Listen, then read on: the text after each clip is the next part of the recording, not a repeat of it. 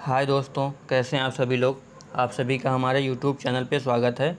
तो यहाँ पर हम जियोग्राफी का प्रैक्टिस सेट करवाने जा रहे हैं, जिसमें हम आज भूआकृति विज्ञान के अंतर्गत भू संचलन टॉपिक के अंतर्जात बल, बहिर्जात बल, भूकंप, ज्वालामुखी, वलन, भ्रंशन, महाद्वीपीय प्रवाह और प्लेट विवर्तनिकी से संबंधित क्वेश्चंस को देखेंगे, जो हमारी आगामी परीक्षा UGC net JRF, PGT, TGT और जीआरसी के साथ साथ अन्य प्रतियोगी परीक्षाओं के लिए अति ही महत्वपूर्ण हैं। और ये असिस्टेंट प्रोफेसर जिसका नोटिफिकेशन जारी हो चुका है, उसके लिए भी अति महत्वपूर्ण है। तो इसमें हम सबसे पहले कुछ प्रैक्टिस सेट के प्रश्न देखेंगे, जो लगभग 90 प्रश्न हैं। उसके बाद हम जो यूजीसी नेट जेआरएफ द्वारा जो प्रीवियस ईयर पूछे गए हैं इस टॉपिक के अंतर्गत जो क्वेश्चन हैं उनको भी देखेंगे। तो आइए देखते हैं अपना पहला क्वेश्चन। तो जिन लोगों ने चैनल को सब्सक्राइब नहीं किया, सब्सक्राइब कर लें, वीडियो को लाइक करें और अपने दोस्तों में अधिक से अधिक शेयर करें। और इसकी पीडीएफ के लिए आप सभी को ये पीडीएफ दे दी जाएगी। इसकी पीडीएफ के लिए आप हमारे टेलीग्राम चैनल को भी ज्वाइन कर लीजिए, जिसकी लिंक हमने डिस्क्रिप्शन बॉक्स में दे रखी है। तो आइए देखते हैं अपना पहला क्वेश्चन। पहला क्वेश्चन है, भू आकृतियों के संदर्भ में चक्रीय पद्धति की अवधारणा का प्रतिपादन जो है किस भूगोलवेत्ता ने किया था। तो भू आकृतियों के संदर्भ में चक्रीय पद्धति की जो अवधारणा का प्रतिपादन है, ये जेम्स हटन महोदय ने किया था। तो इसका आंसर हो जाएगा ए, जेम्स हटन। अगला हमारा क्वेश्चन है 2 नंबर, भू संचलन के प्रमुख कारण क्या हैं। तो भू संचलन के प्रमुख कारण क्या हैं, ये देखते हैं। पहला है पृथ्वी के आंतरिक भागों में तापीय विषमता। दूसरा है पृथ्वी के भीतर चट्टानों का फैलाव और सिकुड़न। तीसरा है पृथ्वी के भीतरी भागों में द्रव पदार्थों का स्थानांतरण। और डी है उपरोक्त सभी। तो भू संचलन के जो प्रमुख कारण हैं, ये तीनों कारण प्रमुख हैं। तो इसका आंसर हो जाएगा डी, उपरोक्त सभी। तीसरा क्वेश्चन है हमारा, निम्नलिखित में से कौन पर्वत निर्माणकारी शक्तियों से संबंध रखता है। तो पर्वत निर्माणकारी शक्तियों से संबंध क्या है, तो ये हैं चटकन, समवलन और वलन। ये तीनों जो निर्माणकारी शक्तियां हैं, ये पर्वत निर्माणकारी शक्तियों से संबंधित हैं। तो इसका आंसर हो जाएगा डी, ये सभी हैं। अगला है हमारा 4 नंबर क्वेश्चन, भूकंप अधिकेंद्र क्या होता है।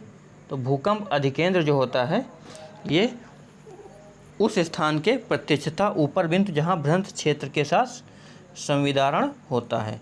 तो इसका आंसर हो जाएगा डी, उस स्थान के प्रत्यक्षता ऊपर बिंदु जहाँ भ्रंश क्षेत्र के साथ संविदारण होता है। जैसे ये पृथ्वी है, तो जहाँ पे भूकंप आता है उसको फोकस कहते हैं, और इसके समकोण पर स्थित पृथ्वी धरातल पर स्थित वह बिंदु जहाँ पर सबसे पहले भूकंपीय तरंगें पहुँचती हैं, उसको ही अधिकेंद्र कहा जाता है। अगला है हमारा 5 नंबर प्रश्न, पृथ्वी की आंतरिक संरचना की स्पष्ट जानकारी मिलती है। तो पृथ्वी की आंतरिक संरचना की जो स्पष्ट जानकारी है हमें भूकंपीय तरंगों से मिलती है। इसका आंसर हो जाएगा बी। अगला है हमारा 6 नंबर क्वेश्चन, पृथ्वी के अंतर्गत बलों अर्थात इंडोजेनेटिक फोर्सेस का स्रोत निम्नलिखित में से कौन सा है। तो अंतर्गत बलों का जो सोर्स है, ये भूकंपीय तरंगें होती हैं। तो इसका आंसर हो जाएगा बी, भूकंपीय तरंगे। अगला है हमारा 7 नंबर क्वेश्चन, जिन भूकंपीय तरंगों के कारण शैल कणों में तरंगों की दिशा में आगे पीछे कंपन होता है, तो जो आगे पीछे कंपन होता है इनको पी तरंगे कहते हैं। तो इसका आंसर हो जाएगा ए, पी तरंगे। जबकि जो एस तरंगे होती हैं, इनमें जो तरंगों की जो दिशा के जो सापेक्ष गति होती है, ये लंबवत होती है। अगला है हमारा 8 नंबर क्वेश्चन, हमारी पृथ्वी में भूकंपीय तरंगों की सबसे अधिक गति जो है 2900 किलोमीटर की गहराई पर पाई गई है। यहाँ पी एवं एस तरंगों की गति क्रमशः हो जाती है।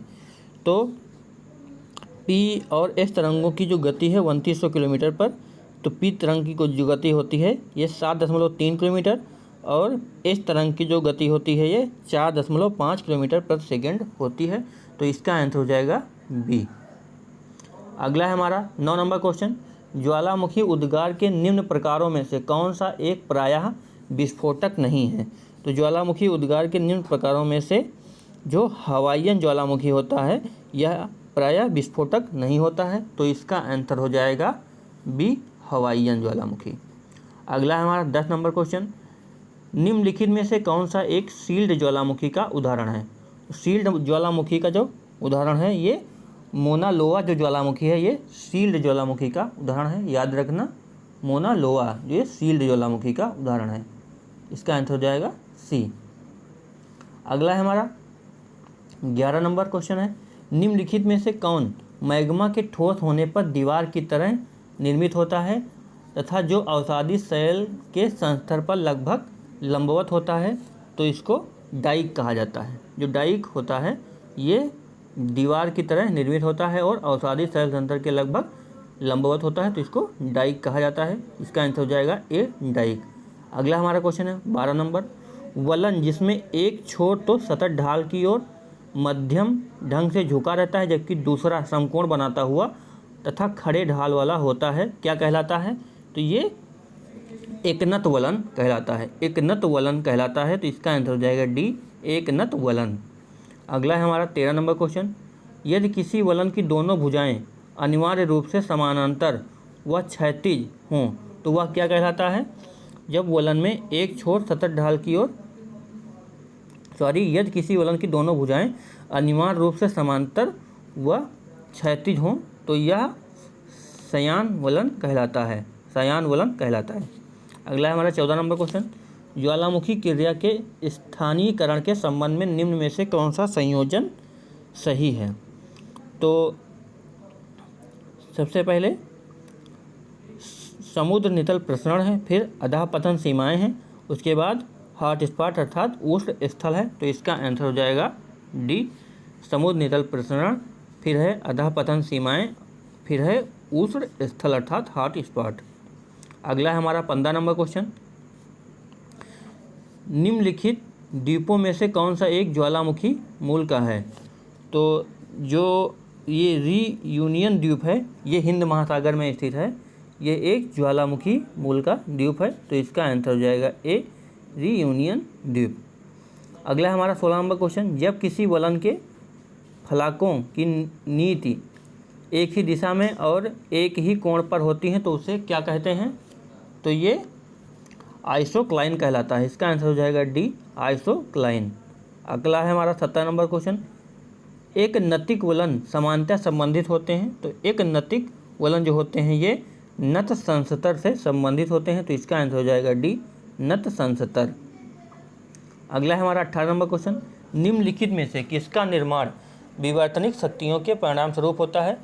तो जो रिफ्ट घाटी होती हैं इनका निर्माण जो है ये विवर्तनिक शक्तियों के फलस्वरूप होता है। तो इसका आंसर हो जाएगा सी, रिफ्ट घाटी। अगला है हमारा 19 नंबर क्वेश्चन, वलन पर्वतों में अवसादी शैलों की बृहद मोटाई क्यों होती है।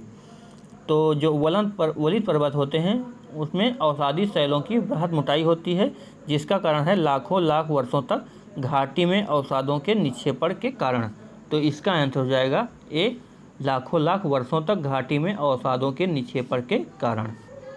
अगला है हमारा 20 नंबर क्वेश्चन, निम्नलिखित में से कौन सी एक नदी ब्लैक फॉरेस्ट तथा वार्जेस पर्वतों के मध्य भ्रंश घाटी से होकर बहती है। तो जो ये राइन नदी है ये जो राइन नदी है ये ब्लैक फॉरेस्ट तथा वार्जेस पर्वतों के मध्य भ्रंश घाटी से होकर बहती है। तो इसका आंसर हो जाएगा डी, राइन नदी। अगला है हमारा 21 नंबर क्वेश्चन, निम्नलिखित में से कौन सी झील पूर्वी अफ्रीका के महान भ्रंश घाटी तंत्र का भाग नहीं है। तो टोंग्यानिका झील, अल्बर्टा झील और तुर्काना झील ये सभी पूर्वी अफ्रीका के महान भ्रंश घाटी का हिस्सा हैं, जबकि जो विक्टोरिया झील है ये पूर्वी अफ्रीका के महान भ्रंश घाटी का हिस्सा नहीं है। तो इसका आंसर हो जाएगा सी, विक्टोरिया झील। अगला है हमारा 22 नंबर क्वेश्चन, कगार कब विकसित होते हैं। जो कगार होते हैं ये जब भ्रंश तल के अनुदिश ऊपर उठता है, जब जो खंड होता है ये भ्रंश तल के अनुदिश ऊपर उठ जाता है तो कगार का निर्माण करते हैं। तो इसका आंसर हो जाएगा डी, अगला है हमारा 23 नंबर क्वेश्चन, दो सामान्य भ्रंशों के बीच उत्थित संकराखंड अर्थात ब्लॉक क्या कहलाता है? तो जो ये ब्लॉक होता है इसको हॉस्ट पर्वत कहते हैं, तो इसका आंसर हो जाएगा बी। अगला है हमारा 24 नंबर क्वेश्चन, सामान्य भ्रंश में क्षैतिज विस्थापन का मान क्या कहलाता है? तो सामान्य भ्रंश में क्षैतिज विस्थापन का जो मान होता है ये पार्श्वक्षेप अर्थात ह्यू कहलाता है, तो इसका आंसर हो जाएगा सी। अगला है हमारा 25 नंबर क्वेश्चन, विश्व की सबसे लंबी भ्रंश घाटी कौन सी है? तो विश्व की सबसे लंबी जो भ्रंश घाटी है ये जॉर्डन से लेकर जाम्बेजी नदी के बीच में जो स्थित है, ये पूर्वी अफ्रीका में ये विश्व की सबसे लंबी भ्रंश घाटी है, तो इसका आंसर हो जाएगा बी। अगला है हमारा 26 नंबर क्वेश्चन, अपरदन के फलस्वरूप ऐसे पर्वतों की उत्पत्ति होती है, उदाहरण स्वरूप सतपुड़ा, विंध्यन, पश्चिमी घाट, पेनाइन, यूराल आदि। यहाँ यह उल्लेखनीय है कि वास्तव में पश्चिमी घाट एक भ्रंश गाघार है जिसे नदियों ने जगह जगह पर काटा है। उपरोक्त कथन किससे संबंधित है? तो ये उपरोक्त कथन जो है ये अवशिष्ट पर्वत से संबंधित है, क्योंकि जो सतपुड़ा, विंध्यन, पश्चिमी घाट ये सारे जो पर्वत हैं ये अवशिष्ट पर्वत के उदाहरण हैं, तो इसका आंसर हो जाएगा ए अवशिष्ट पर्वत। अगला हमारा 27 नंबर क्वेश्चन, लाल सागर इनमें से किसका एक उदाहरण है? जो लाल सागर है ये एक भ्रंश घाटी का उदाहरण है, इसका आंसर हो जाएगा सी भ्रंश घाटी। अगला है हमारा क्वेश्चन 28 नंबर, वेगनर का प्रवाह सिद्धांत ड्रिफ्ट थ्योरी मुख्य रूप से निम्नलिखित को स्पष्ट करने के लिए निरूपित किया गया है। जो वेगनर का प्रवाह सिद्धांत है ये जलवायु परिवर्तन, मुख्य रूप से जलवायु परिवर्तन को निरूपित करने के लिए किया गया है, तो इसका आंसर हो जाएगा सी मुख्य जलवायु परिवर्तन। अगला है 29 नंबर क्वेश्चन, वेगनर के अनुसार महाद्वीपीय विस्थापन के लिए निम्नांकित में से कौन सा बल जो है सख्त उत्तरदायी है? तो ये ज्वारीय बल, इन्होंने ज्वारीय बल को सबसे प्रभाववादी बल बताया है, तो इसका आंसर हो जाएगा ए ज्वारीय बल। अगला है हमारा क्वेश्चन 30 नंबर, वेगनर के अनुसार पेंजैया का विभाजन किस युग में हुआ था? तो वेगनर के अनुसार जो है पेंजैया का जो विभाजन है ये कार्बोनीफेरस काल में हुआ था, तो इसका आंसर हो जाएगा सी कार्बोनीफेरस। अगला है हमारा क्वेश्चन 31 नंबर, वेगनर के अनुसार महाद्वीपीय विस्थापन जिस दिशा में हुआ है वह है? तो वेगनर के अनुसार जो महाद्वीपीय विस्थापन हुआ है ये भूमध्य रेखा व पश्चिम की ओर हुआ है, तो इसका आंसर हो जाएगा बी भूमध्य रेखा व पश्चिम की ओर। अगला है हमारा 32 नंबर क्वेश्चन, प्लेट विवर्तनिकी अर्थात प्लेट टेक्टोनिक्स की संकल्पना की अवधारणा किसके द्वारा प्रतिपादित की गई थी? तो प्लेट विवर्तनिकी अर्थात प्लेट टेक्टोनिक्स की संकल्पना की अवधारणा जो है ये हैरी हैस के द्वारा प्रतिपादित की गई थी। अगला है हमारा क्वेश्चन 33 नंबर, प्लेट विवर्तनिकी सिद्धांत के अनुसार निम्नलिखित में से कौन सा परम महाद्वीप है? तो जो यूरेशिया महाद्वीप है इसको परम महाद्वीप कहा गया है, तो इसका आंसर हो जाएगा ए यूरेशिया। अगला है हमारा क्वेश्चन 34 नंबर, प्लेट विवर्तनिकी में प्रतिगामी सीमाओं की विशेषता है? तो प्लेट विवर्तनिकी में प्रतिगामी अर्थात अपसरण सीमाएं जो होती हैं उनसे समुद्री नितल प्रसरण इसकी विशेषता है, तो इसका आंसर हो जाएगा बी समुद्री नितल प्रसरण। अगला है 35 नंबर निम्नलिखित में से किस सिद्धांत में संवहन तरंगों का सिद्धांत समाहित है? तो जो प्लेट विवर्तनिकी सिद्धांत है इसमें संवहन तरंगों का सिद्धांत जो है समाहित है, तो इसका आंसर हो जाएगा डी प्लेट विवर्तनिकी सिद्धांत। अगला है हमारा 36 नंबर क्वेश्चन, भूकंप के संदर्भ में निम्नलिखित कथनों में से कौन सा एक कथन सही नहीं है पूछा गया है? तो जो एल तरंगे भूपटल के तल के साथ साथ गतिमान होती हैं, तो ये हमारा जो कथन है सही है। पी तरंगे जब प्रसारित होती हैं तब वे वस्तुओं को अपनी गति की दिशा के समानांतर पथ में गतिमान करती हैं, तो ये भी सही है। और एस तरंगे पिंडों को अपनी गति की दिशा के समकोणिक दिशा में गतिमान करती है, ये भी सही है। और एस तरंगे तरल पदार्थों में भी प्रसारित होती हैं, तो ये गलत है, क्योंकि जो पी तरंगे हैं ये तरल पदार्थ में प्रसारित हो सकती हैं, जबकि जो एस तरंगे होती हैं ये केवल ठोस पदार्थों में ही प्रसारित होती हैं, तो इसका आंसर हो जाएगा हमारा डी। अगला है हमारा 37 नंबर क्वेश्चन, निम्नलिखित कथनों में से कौन सा कथन सही नहीं है। पहला कथन है प्रायद्वीपीय भारत का दक्कन ट्रैप क्षेत्र है विश्व का बृहत्तम ज्ञात पूरे बेसाल्ट प्रदेश हैं, तो ये हमारा जो कथन है सही है। दूसरा है संयुक्त राज्य अमेरिका में कोलंबिया पठार जो है बृहत्तम ज्ञात पूरे बेसाल्ट के प्रदेश हैं, तो ये भी सही है। 2 गुंबदी अर्थात सील्ड ज्वालामुखियों मोना लोआ और मोना केया के शिखरों की ऊंचाई सागर तल से 6500 मीटर से कम है, तो ये हमारा जो कथन है ये गलत है। और हवाई द्वीप में कम से कम 7 संलयित ज्वालामुखी गुंबद हैं, तो ये भी सही है। तो इसमें आंसर हमारा हो जाएगा सी। अगला है हमारा 38 नंबर क्वेश्चन, निम्नलिखित कथनों में से कौन सा एक कथन सही है। सही कथन पूछा गया है। तो विंध्यन समूह मुख्यतः बलुआ पत्थर, चूना पत्थर और शैल से निर्मित है, तो ये हमारा कथन जो है गलत है। भारत में आद्य महाकल्पी नीस और शिष्ट प्राचीन चट्टानें हैं, तो ये भी गलत है। गोंडवाना समूह की चट्टानें नदी और या सरोवरी उत्पत्ति की हैं, ये भी गलत है। और ओलिगोसीन के समय ज्वालामुखी उद्भेदन के कारण दक्कन ट्रैप की रचना हुई थी, तो ये हमारा कथन सही है। तो इसका आंसर हो जाएगा डी। अगला है हमारा 39 नंबर क्वेश्चन, निम्नलिखित में से कौन सुमेलित नहीं है पूछा गया है। तो पहला है ज्वालामुखी छिद्र का विस्फोट के साथ साथ उड़ जाना, ये कार्डेरा कहलाता है, तो ये सही है। लावा का 36 संस्तरों में जमाव, ये डाइक कहलाता है, ये गलत है, क्योंकि लावा का जो लंबवत संस्तर में जमा होता है तो इसको डाइक कहा जाता है, तो ये हमारा कथन गलत है। तो इसका आंसर हो जाएगा बी, ये गलत है। जबकि लावा का अवनतियों एवं अभिनतियों में जमाव फैकोलिथ और सबसे बड़ी अंतर्वेधित अग्नि संरचना को बैथोलिथ कहा जाता है, तो इसका आंसर हो जाएगा बी। अगला हमारा 40 नंबर क्वेश्चन, प्लेट विवर्तनिकी अध्ययन से संबंधित सत्य कथन को पहचानें। पहला है पृथ्वी पर 6 बड़ी तथा 60 छोटी प्लेटें ज्ञात हैं, तो ये गलत है, क्योंकि 7 बड़ी प्लेटें हैं न कि 6, तो ये गलत है। कटकों का निर्माण अपसारी क्रिया से नहीं संरक्षी क्रिया से होता है, तो ये भी गलत है। और हिमालय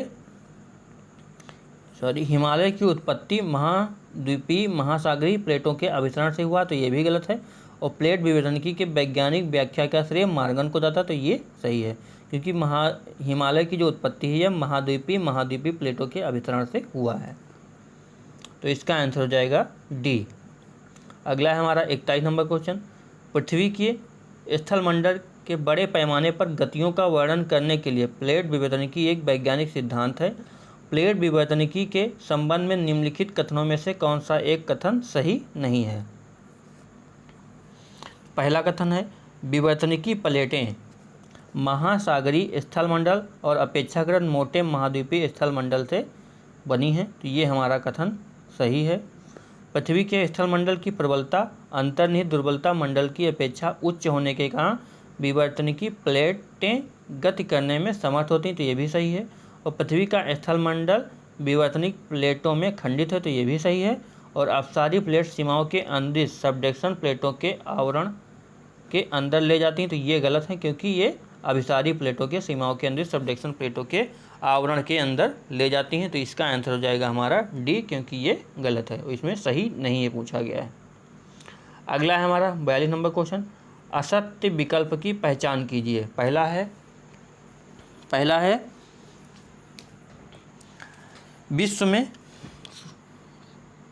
असत्य विकल्प की पहचान करना है। पहला कथन है हमारा विश्व में 15% ज्वालामुखी रचनात्मक प्लेटों के किनारे के सहारे एवं 80% ज्वालामुखी विनाशात्मक प्लेटों के किनारे के सहारे पाए जाते हैं, तो ये हमारा जो कथन है ये सही है। और अमेरिकी प्लेट के पश्चिम की ओर गतिशील होने के कारण अटलांटिक महासागर फैल रहा है, जबकि प्रशांत महासागर संकुचित हो रहा है, तो ये भी सही है। और चापाकार द्वीप समूहों की उपस्थिति महासागर के मध्य में मिलती है, तो ये गलत है। जबकि कभी कभी एक प्लेट के दूसरों दिशाओं में एक साथ स्थानांतरण के प्रमाण मिलते हैं, तो ये भी सही है। तो इसमें हमारा आंसर हो जाएगा सी। अगला है हमारा 43 नंबर क्वेश्चन, नए निर्मित चट्टान पुराने समुद्री पटल को भ्रंश क्षेत्र से दूर ढकेलते हैं। इस प्रक्रिया के कारण भ्रंश क्षेत्र से दूर समुद्री पटल की आयु बढ़ती जाती है। तो इसका आंसर हो जाएगा सी। अगला है हमारा 44 नंबर क्वेश्चन, दिए गए विकल्प का अध्ययन कीजिए एवं असत्य कथन की पहचान करिए।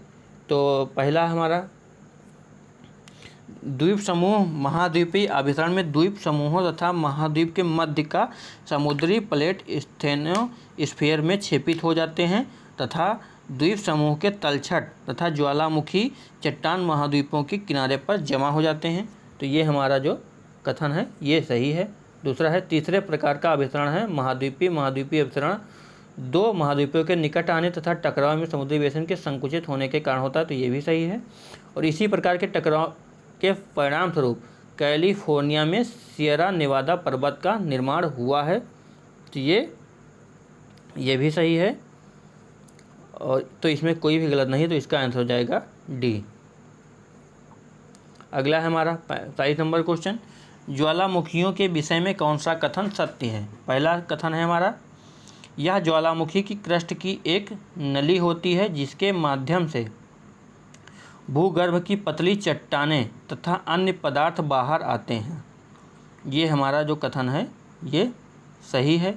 अक्सर इसकी नली के चारों ओर गोल कीपाकार पहाड़ी अथवा पर्वतीय भाग का विस्तार हो जाता है। तो ये भी सही है।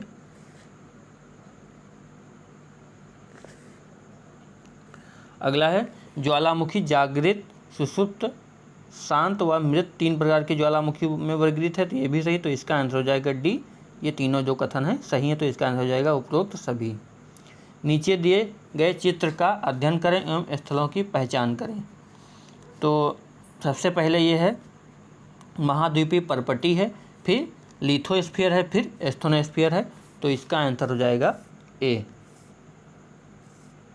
अगला है हमारा 47 नंबर क्वेश्चन, नीचे दिए गए चित्र में ए प्रकार किस प्रकार का वलन निर्मित करता है। तो जो ये वलन है ये शयान वलन का उदाहरण है। तो इसका आंसर हो जाएगा डी, शयान वलन। अगला है हमारा 48 नंबर क्वेश्चन है, प्रस्तुत चित्र में दिखाया गया भ्रंश किसका उदाहरण है। तो प्रस्तुत चित्र में दिखाया गया जो उदाहरण है ये सिनिस्ट्रसल भ्रंश का है। तो इसका आंसर हो जाएगा डी। अगला है 49 नंबर क्वेश्चन, निम्नलिखित में से कौन सा एक भ्रंश दिए गए चित्र में दिखाया गया है। तो ये सामान्य भ्रंश का उदाहरण है। तो इसका आंसर हो जाएगा बी, सामान्य भ्रंश। अगला है हमारा 50 नंबर क्वेश्चन, इसे भारत का मिलान करना है। इसे भारत का प्राचीनतम ज्वालामुखी क्षेत्र कहा जाता है। इस क्षेत्र में ज्वालामुखी उद्गार जो है धारवाड़ कल्प में हुआ था। तो ये जो बताई गई है विशेषता ये डालमा क्षेत्र के बारे में बताई गई है। तो ये हो जाएगा ए का 3 हो जाएगा। और इस क्षेत्र में विंध्यन कल्प में ज्वालामुखी उद्गार हुआ था। तो ये जो बताया गया है ये मलानी व किराना क्षेत्र के बारे में बताया गया है। और सी तो हो जाएगा बी का 4। यह पैलेजोइक कल्प में ज्वालामुखी विस्फोट हुआ था। तो ये जो है ये निम्न हिमालय क्षेत्र के बारे में कहा गया है। और इस क्षेत्र में कुरप्पा काल में ज्वालामुखी उद्गार हुआ था। तो ये ग्वालियर और बिजावर क्षेत्र के बारे में कहा गया है। तो ए का 3 हो जाएगा, बी का 4 हो जाएगा, सी का 2 हो जाएगा, डी का 1 हो जाएगा। तो हमारा जो है बी ऑप्शन सही हो जाएगा। अगला है हमारा 51 नंबर क्वेश्चन, सामान्य भ्रंश होते जो हैं ये दो शैलखंडों का विपरीत दिशाओं में विस्थापन होता है। उत्क्रम भ्रंश जो होते हैं दो शैलखंडों का एक दूसरे की ओर विस्थापन संचलन होता है इसमें। और पार्श्व भ्रंश में भ्रंश तल के सहारे शैलखंड का क्षैतिज विस्थापन होता है। और स्टेज भ्रंश जो होता है जब भ्रंश श्रृंखलाओं का ढलान उसी दिशा में होता है। तो ये जाएगा डी का 4। तो इसका आंसर हो जाएगा बी, ए का 4, बी का ये सारे सामने मतलब ए का 1, बी का हो जाएगा 2, सी का 3, डी का 4, अर्थात हमारा इसमें पहला ऑप्शन सही हो जाएगा। अगला है हमारा 51 नंबर क्वेश्चन, ज्वालामुखी से निकले ठोस पदार्थ हैं और कण का आकार। जो टेल्क का जो आकार होता है ये बारीक धूल कण के समान होता है। तो इसका आंसर हो जाएगा ए का 2। और स्कोरिया जो होता है ये छोटे छोटे टुकड़े होते हैं। और लैपली जो होता है ये मटर के दाने के समान होता है। तो ये हो जाएगा ए का 2, बी का 3, सी का फर्स्ट और हमारा सी ऑप्शन सही हो जाएगा। अगला है हमारा सिद्धांत दिए हुए हैं और प्रवर्तक दिए हुए हैं। तो महाद्वीपीय विस्थापन सिद्धांत जो है ये होम्स के द्वारा दिया गया है, और समुद्र तल प्रसरण सिद्धांत जो है ये हैरी हैश के द्वारा दिया गया है, और संवहन तरंग सिद्धांत जो है ये वेगनर के द्वारा दिया गया है, और प्रत्यास्थ प्रतिक्षेप सिद्धांत जो है ये हेक्टर रीड के द्वारा दिया गया है। तो इसका आंसर हो जाएगा ए का 4, बी का फर्स्ट, सी का 4, डी का 2, अर्थात हमारा इसमें सी ऑप्शन सही हो जाएगा। अगला है हमारा 54 नंबर क्वेश्चन, इसमें भी सुमेलित करना है। तो सागर तल फैलाव सिद्धांत जो है ये जॉली ने दिया था। सागर तल फैलाव सिद्धांत ये जॉली ने दिया था, और महाद्वीपीय विस्थापन सिद्धांत जो है ये वेगनर ने दिया था, और इलास्टिक रिबाउंड सिद्धांत जो है ये रीड ने दिया था, और रेडियोधर्मी सिद्धांत जो है ये हैरी हैश ने दिया था। तो ये हो जाएगा ए का 3, बी का फर्स्ट, सी का 4, डी का 2, अर्थात हमारा ए ऑप्शन इसमें सही हो जाएगा। अगला हमारा वलन के प्रकार और वलन की विशेषताएं दी गई हैं। तो सममित वलन जो है इसमें वलन की दोनों भुजा समान रूप से झुकी हुई होती हैं, और असममित वलन में दोनों भुजाओं का झुकाव असमान होता है। कम झुकाव वाली भुजा अपेक्षाकृत लंबी और अधिक झुकाव वाली भुजा अपेक्षाकृत छोटी होती है। तो ये भी जो है ये बी का हो जाएगा 2, और एकनत वलन जो है इसमें वलन की एक भुजा बिल्कुल खड़ी तथा दूसरी भुजा झुकी हुई होती है। तो ये सी का हो जाएगा 3। तो इसमें हमारा हो जाएगा ए का फर्स्ट, बी का 2, सी का 3, अर्थात हमारा इसमें ए ऑप्शन सही हो जाएगा। अगला हमारा 56 नंबर क्वेश्चन है। पर्वत निर्माणकारी सिद्धांत दिए हुए हैं और प्रतिपादक दिए हुए हैं। तो खिसकते महाद्वीपों की जो संकल्पना है ये डेली ने दिया था, इसका हो जाएगा ए का 4, और प्लेट विवर्तनिकी सिद्धांत जो है ये हैरी हैश ने दिया था। प्लेट विवर्तनिकी सिद्धांत जो है ये हैरी हैश ने दिया था, और तापीय चक्र सिद्धांत जो है ये जॉली ने दिया था, और संवहन तरंग सिद्धांत ये होम्स ने दिया था। ये हो जाएगा ए का 4, डी का 2, सी का 3, डी का फर्स्ट, अर्थात हमारा ए ऑप्शन सही हो जाएगा। अगला है हमारा सूची 1 और सूची 2 का मिलान करना है। भ्रंश की चट्टानों में होने वाला फुल विस्थापन इसको शिफ्ट कहते हैं। तो इसका आंसर हो जाएगा ए का 3। और भ्रंश तल का ऊर्ध्व के साथ कोण ये हेज कहलाता है, और भ्रंश के सहारे चट्टानों में ऊर्ध्वाधर विस्थापन जो होता है इसको थ्रो कहलाता है, और भ्रंश के सहारे होने वाले सापेक्षिक गति जो होता है ये स्लिप कहलाता है। तो ये हो जाएगा ए का 3, बी का फर्स्ट, सी का 2, डी का 4, अर्थात हमारा ए ऑप्शन इसमें सही हो जाएगा। अगला है 58 नंबर क्वेश्चन है। सूची 1 और सूची 2 का मिलान करना है। ग्रेबन जो होता है ये एक अधोभ्रंशी क्षेत्र होता है। तो इसका हो जाएगा ए का 2 हो जाएगा। ह्रस्ट जो होता है ये दो भ्रंशों के बीच का उठा हुआ जो भाग होता है ये ह्रस्ट कहलाता है। तो ये हो जाएगा बी का 4। और समअपनित जो वलन होता है ये दो बृहद अपनिति में अनेक छोटी अपनतियाँ एवं अभिन्नतियाँ जो होता है ये समअपनित कहलाता है। तो ये हो जाएगा सी का 5। और जो असमवलन होता है ये क्षैतिज संवलन से धरातलीय भाग का नीचे धंसना जो होता है ये असमवलन कहलाता है। ये हो जाएगा ए का 2, बी का 4, सी का 5, डी का 1, अर्थात हमारा इसमें ए ऑप्शन सही हो जाएगा।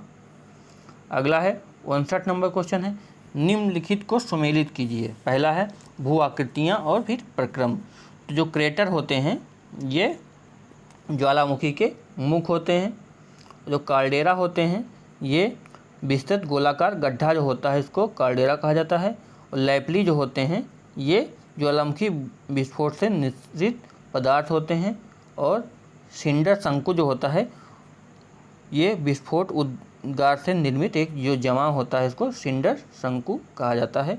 तो ये हो जाएगा ए का 4, बी का 3, सी का 1, डी का 2, अर्थात इसमें हमारा ए ऑप्शन सही हो जाएगा। अगला हमारा है 60 नंबर क्वेश्चन। सूची 1 कारक दिए हुए हैं, सूची 2 घटक दिए हुए हैं, तो इनका मिलान करना है। तो पहला है विश्व का सबसे ऊंचा जो ज्वालामुखी है ये कौन सा है, ये है कोटोपैक्सी, इसका हो जाएगा ए का 4। दूसरा है सदैव प्रज्वलित गैसें निकलती रहती हैं अतः इसे भूमध्य सागर का प्रकाश स्तंभ कहते हैं, तो ये हो जाएगा स्ट्रोम्बोली। अगला है विश्व के अधिकांश ज्वालामुखी इसी प्रकार के होते हैं, तो ये जो विश्व के अधिकांश ज्वालामुखी होते हैं ये मिश्रित ज्वालामुखी के उदाहरण हैं, तो इसका आंसर हो जाएगा मिश्रित ज्वालामुखी। फिर है ज्वालामुखी की नली से छोटी छोटी नई उपशाखाएं निकलती हैं, तो इसको परिपोषित शंकु कहा जाता है, तो ये हो जाएगा ए का 4, बी का 2, सी का 1, डी का 3, अर्थात इसमें हमारा ए ऑप्शन जो है सही हो जाएगा। अगला है हमारा 61 नंबर क्वेश्चन है, डाइक दिया हुआ है। डाइक जो होते हैं यह पटल के भीतर दरारों में अग्नेय चट्टानों का पतला एवं लंबवत निर्माण है जो मैग्मा के जमाव का परिणाम है। चूँकि यह आभ्यंतरिक स्थलाकृति काफ़ी तेज़ी से ठंडी होती है अतः इनकी चट्टानों में खनिज कण काफ़ी सूक्ष्म होते हैं, तो ये डाइक के बारे में बताया गया है, तो ए का हो जाएगा 3। जो बैथोलिथ होते हैं ये आभ्यंतरिक चट्टानों का विशाल प्लूटोनिक भाग होता है, यह 100 वर्ग किलोमीटर से अधिक क्षेत्रफल में फैला हुआ होता है, तो ये हो जाएगा बैथोलिथ। और सिल जो होता है ये मैग्मा का जमाव लगभग क्षैतिज रूप में परतदार या रूपांतरित चट्टानों की विभिन्न परतों के मध्य होता है, तो ये सिल का निर्माण होता है, तो ये हो जाएगा सी का 2। तो इसमें हमारा जो है बी ऑप्शन सही हो जाएगा, ए का 3, बी का 1, सी का 2। अगला है हमारा 62 नंबर क्वेश्चन दिया हुआ है, निम्नलिखित कथनों पर विचार कीजिए। परिप्रशांत पेटी में भूकंप आने की संभावना अधिक होती है क्योंकि नवीन वलित पर्वत का क्षेत्र है, तो ये हमारा जो है सही है। सक्रिय ज्वालामुखी हैं, ये भी सही है। अभिसारी प्लेट सीमा है, तो ये गलत है क्योंकि अभिसारी प्लेट सीमा है, तो ये गलत है। अभिसारी प्लेट सीमा का क्षेत्र है, तो ये सही है, तो इसमें हो जाएगा 1, 2 और 4, अर्थात हमारा बी ऑप्शन सही हो जाएगा। अगला है हमारा 63 नंबर क्वेश्चन, निम्नलिखित में से कौन से ज्वालामुखी सक्रिय ज्वालामुखी हैं। तो निम्नलिखित में से जो ज्वालामुखी हैं ये एटना और विसुवियस जो ज्वालामुखी हैं सक्रिय ज्वालामुखी हैं, तो इसका आंसर हो जाएगा 2 और 4, अर्थात हमारा सी ऑप्शन जो है सही हो जाएगा। 64 नंबर क्वेश्चन है, निम्नलिखित कथनों पर विचार कीजिए। तो रिक्टर स्केल पर लघुगणकीय मापक्रम है तथा इसके फलस्वरूप परिणाम मात्रक में 1 की वृद्धि आयाम के लिए 10 के गुणक को निरूपित करती है, तो ये हमारा जो कथन है ये सही है। रिक्टर स्केल में प्रत्येक गुणांक पठन पर ऊर्जा पूर्ति पूर्णांक पठन की ऊर्जा के 100 गुना होती है, तो ये गलत है क्योंकि ये 32 गुना होती है, तो इसका आंसर हो जाएगा केवल 1।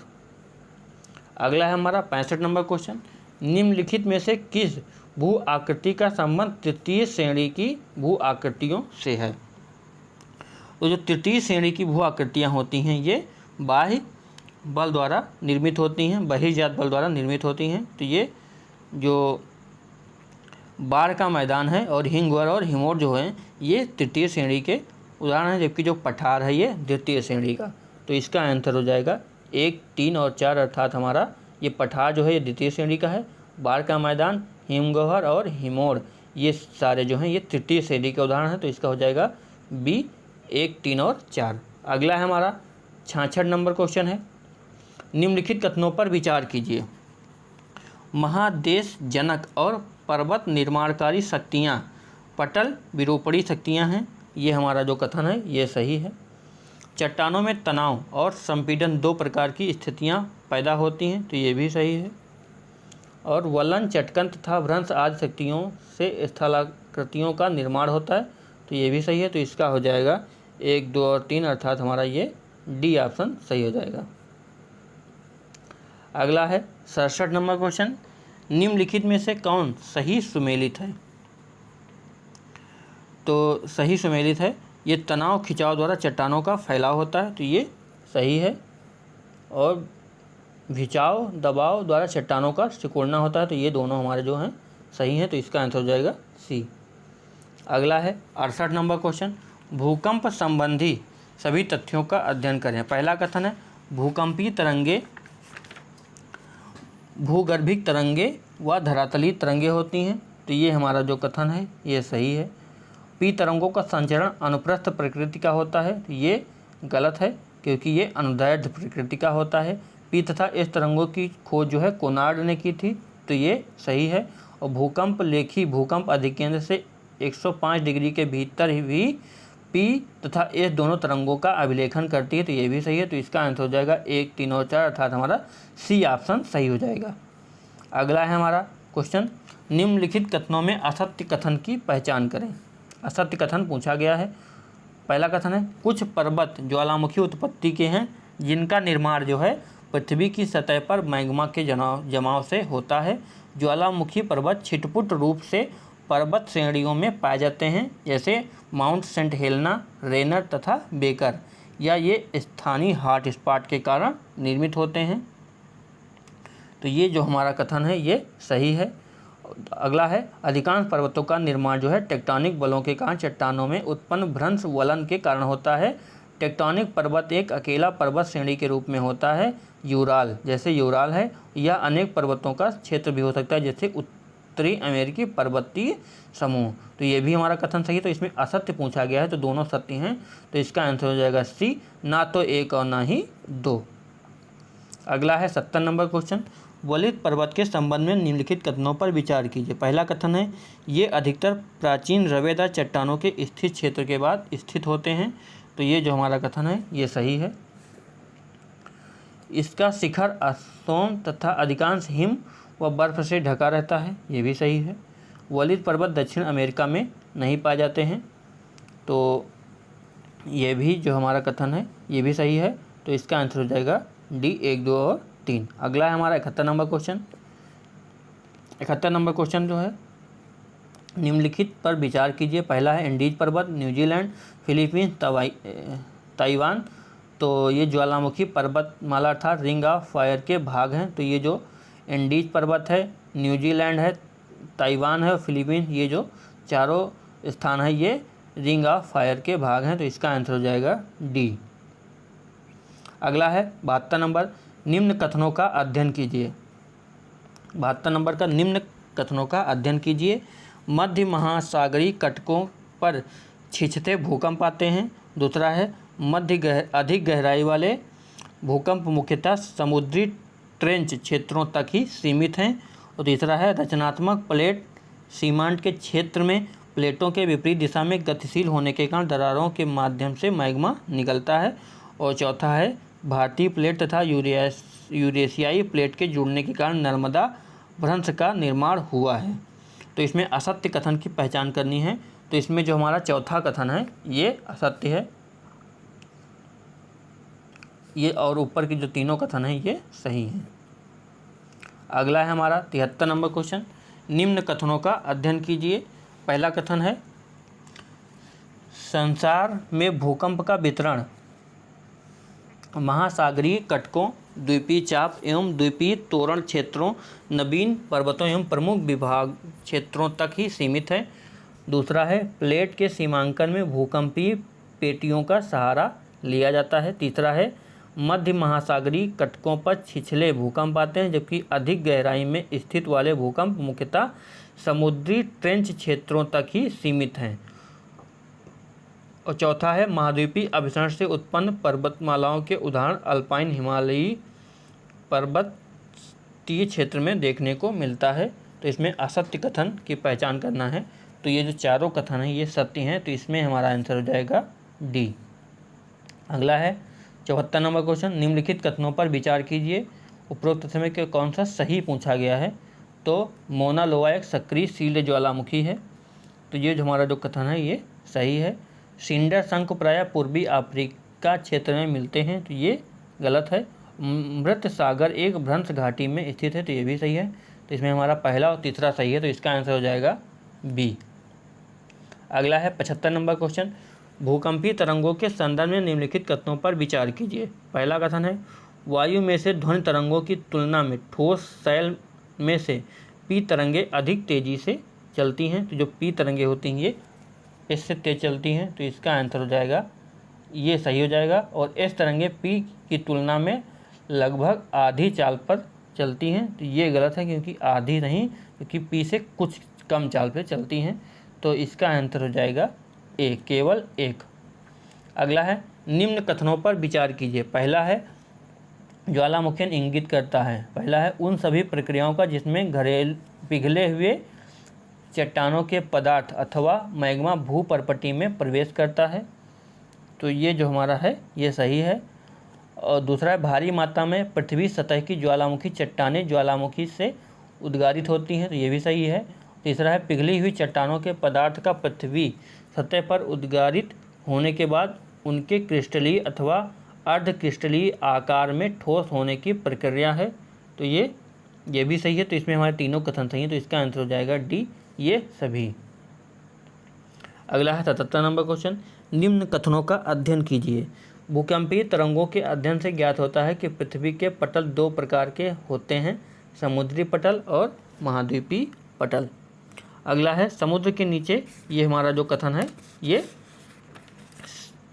इसमें पूछा क्या गया है, निम्न कथनों का अध्ययन करना है, ये हमारा असत्य कथन की पहचान करनी है। तो ये हमारा पहला जो कथन है ये सही है। भूकंपीय तरंगों के अध्ययन से ज्ञात होता है कि पृथ्वी के पटल दो प्रकार के होते हैं, समुद्री पटल और महाद्वीपीय पटल, तो ये हमारा कथन सत्य है।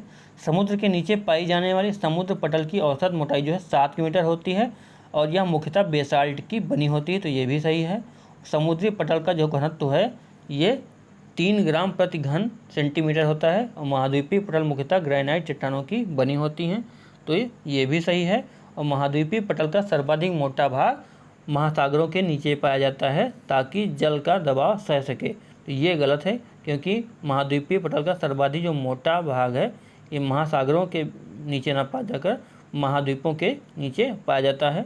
तो इसका आंसर हो जाएगा केवल 4, अर्थात हमारा बी आंसर सही हो जाएगा, क्योंकि ये केवल चौथा कथन ही गलत है और तीनों ऑप्शन जो है सही हैं। अगला है 78 नंबर क्वेश्चन, भूकंप के बारे में निम्न कथनों पर विचार कीजिए। पहला, भूकंप की तीव्रता को मार्केली स्केल पर मापा जाता है, तो ये हमारा सही है। भूकंप का मैग्नीट्यूड विमुक्त ऊर्जा की माप है, तो ये भी सही है। भूकंप के मैग्नीट्यूड भूकंपी तरंगों के आयाम के सीधे मापनों पर आधारित होते हैं, तो ये भी सही है। और रिक्टर स्केल में हर पूर्णांक विमुक्त ऊर्जा के परिमाण में 100 गुनी वृद्धि का निर्देशन करता है, तो ये गलत है क्योंकि ये 32 गुना करता है, तो इसका आंसर हो जाएगा ए, 1, 2 और 3। अगला है हमारा 79 नंबर क्वेश्चन है, वेगनर के महाद्वीपीय विस्थापन सिद्धांत से संबंधित कथनों पर अध्ययन करें। तो पहला है, वेगनर ने महाद्वीपीय प्रवाह के लिए केवल सूर्य व चंद्रमा के ज्वारीय बल को जिम्मेदार बताया था, तो ये गलत है क्योंकि उन्होंने चंद्रमा के ज्वारीय बल को केवल बताया था, तो इसका आंसर हो जाएगा ये गलत हो जाएगा।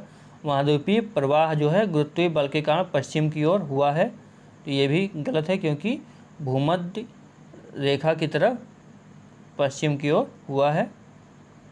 और अगला है, बड़े महाद्वीपीय खंड को पैंजिया तथा महासागर के विशाल खंड को पैंथलासा बताया है, तो ये सही है। और वेगनर जलवायु वेत्ता तथा भूशास्त्रवेत्ता थे, तो ये सही है। और 3 और 4 हमारा सही है, तो इसका आंसर हो जाएगा सी। अगला है हमारा 80 नंबर क्वेश्चन, निम्नलिखित में से कौन से कथन महाद्वीपीय प्रवाह सिद्धांत के बारे में सत्य हैं। पहला कथन है, यह महाद्वीपों एवं महासागर द्रोणियों के स्थायित्व में विश्वास करता है, तो ये हमारा जो कथन है ये गलत है। इसका मुख्य उद्देश्य अतीत के विश्व जलवायु परिवर्तनों की व्याख्या न है, तो ये सही है। इसे सर्वप्रथम वेगनर ने प्रतिपादित किया था जो मूलतः एक भूवैज्ञानिक थे, तो ये हमारा जो क्वेश्चन है ये गलत है क्योंकि ये जलवायुवेत्ता थे। अगला है, इनका विश्वास था कि आरंभ में सभी खंडों ने परस्पर जुड़कर एक महान स्थलखंड पैंजिया का निर्माण किया था, तो ये सही है। तो हमारा दूसरा और चौथा सही हो जाता है, तो इसका आंसर हो जाएगा डी, 2 और 4। अगला है हमारा 81 नंबर क्वेश्चन, व्यवस्थित कीजिए, नीचे दिए गए संकेतों का प्रयोग कीजिए। पहला है महाद्वीपीय विस्थापन सिद्धांत, फिर समुद्री फैलाव सिद्धांत, फिर संवहन तरंग सिद्धांत, फिर प्लेट विवर्तनिकी सिद्धांत। तो सबसे पहले महाद्वीपीय विस्थापन सिद्धांत, फिर संवहन तरंग सिद्धांत, फिर समुद्री फैलाव सिद्धांत, फिर सबसे लास्ट में प्लेट विवर्तनिकी सिद्धांत आया था। तो इसका आंसर हो जाएगा ए।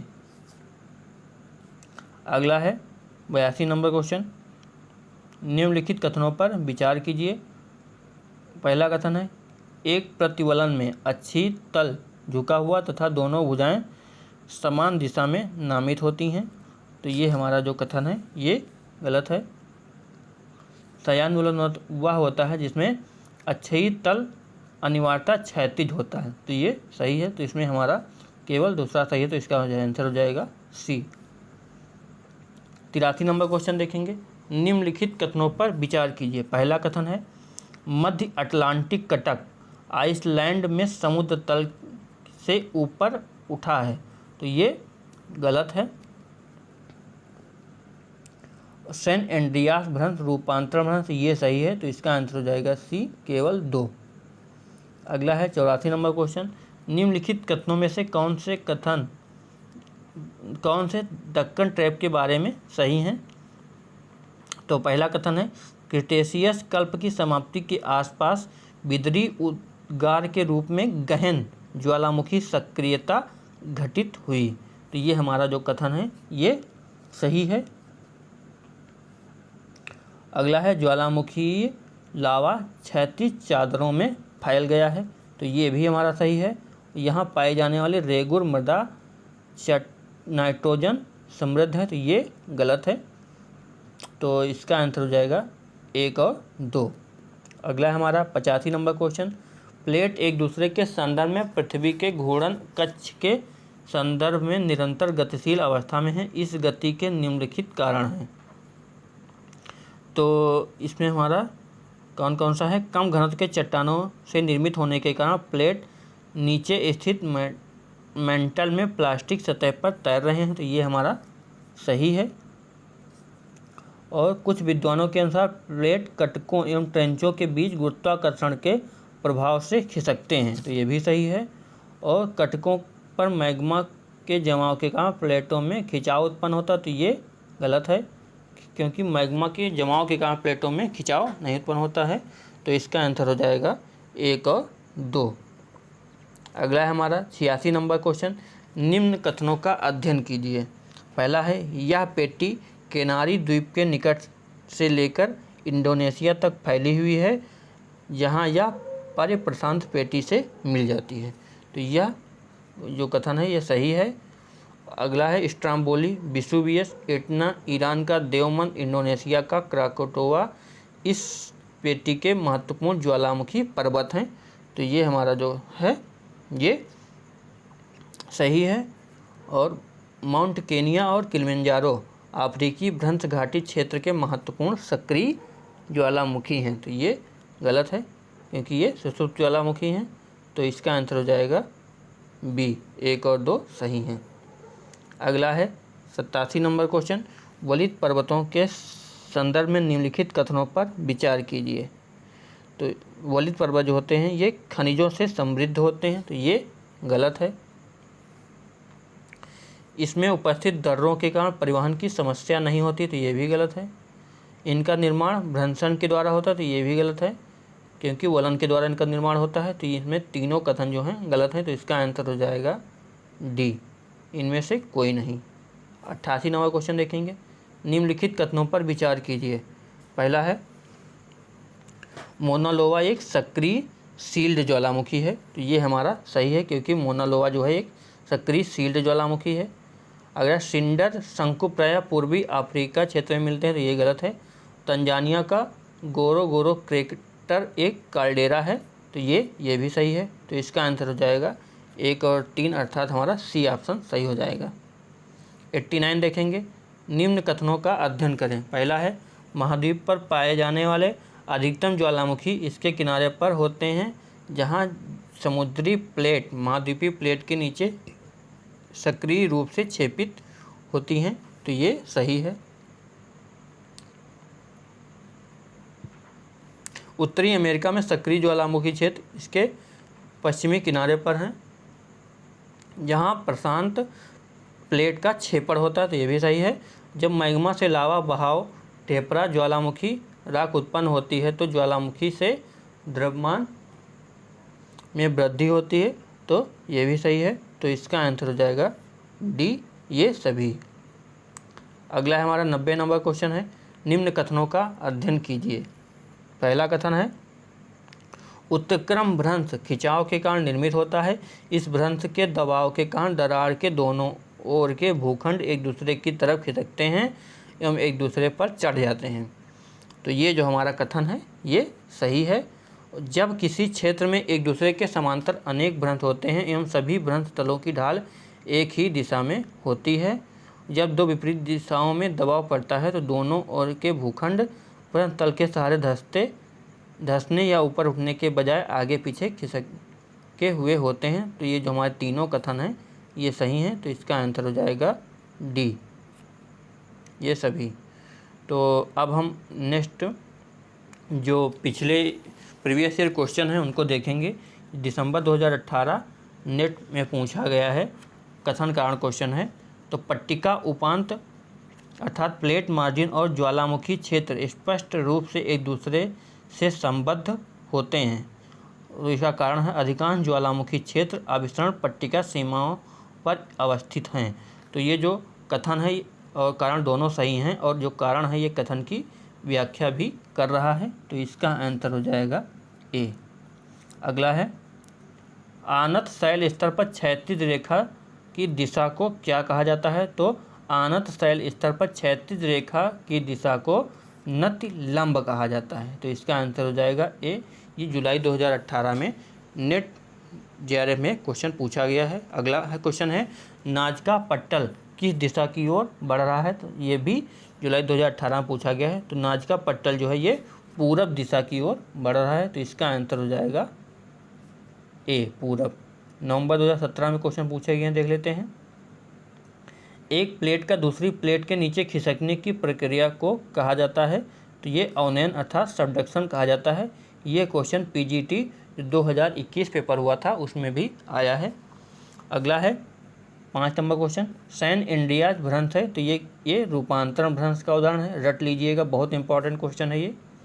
अगला है 6 नंबर क्वेश्चन, सूची 1 को सूची 2 से सम्मिलित कीजिए। तो हाल एवं डाना जो हैं ये भू अवनति सिद्धांत से संबंधित हैं, और हट्टन जो हैं, हाल एवं डाना जो हैं भू अवनति सिद्धांत, हट्टन जो हैं ये एकरूपतावाद का सिद्धांत दिए थे, और हेनरी हेस जो हैं ये समुद्र अधः स्थल प्रसार से संबंधित हैं, और जैफरे जो हैं ये ऊष्मा संकुचन सिद्धांत से संबंधित हैं। तो इसका आंसर हो जाएगा डी। अगला है हमारा 7 नंबर क्वेश्चन है, ज्वालामुखी गतिविधियों और पट्टिका के किनारे के बीच घनिष्ठ संबंध है। कारण दिया हुआ है, विश्व के अधिकांश ज्वालामुखी अभिसारी पट्टिका उपांत से संबंधित होते हैं। तो ये जो कथन और कारण दोनों सही हैं, और जो कारण है ये कथन की व्याख्या भी कर रहा है। तो इसका आंसर हो जाएगा ए। अगला है जनवरी 2017 का क्वेश्चन है, कथन है, हवाई द्वीप ज्वालामुखी क्रियाओं का प्रदेश है।